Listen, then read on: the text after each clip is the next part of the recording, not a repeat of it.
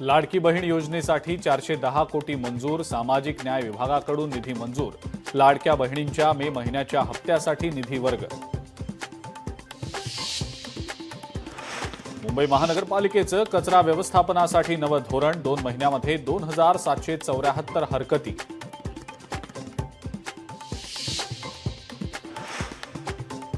वसईमध्ये शहर अध्यक्षाला भूमाफियांकडनं मारहाण. आदिवासींच्या जमिनी बळकावून भूमाफियांकडनं अनधिकृत बांधकाम. अनधिकृत बांधकामाची विचारणा केल्यानं मारहाण. सोलापुरात शिंदेंच्या शिवसेनेमध्येच 2 गट पडल्याची चर्चा. एकनाथ शिंदे सोलापूर दौऱ्यावर असतानाच अंतर्गत गटबाजी समोर. स्वागताच्या बॅनरवर जुन्या शिवसैनिकांचे फोटो वगळले.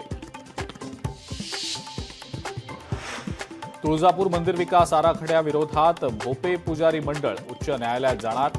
1865 कोटींच्या मंदिर विकास आराखड्याला सरकारची मान्यता. पुण्यामध्ये आयटी अभियंता तरुणीची आत्महत्या. 21व्या मजल्यावरनं उडी घेत केली आत्महत्या.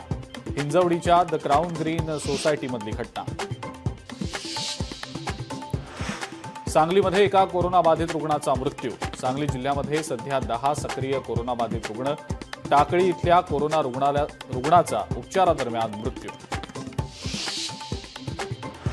लातूर जाहिराबाद महामार्गावर ट्रक आणि दुचाकीचा अपघात. अपघातात एकाचा जागीच मृत्यू तर 2 जण जखमी.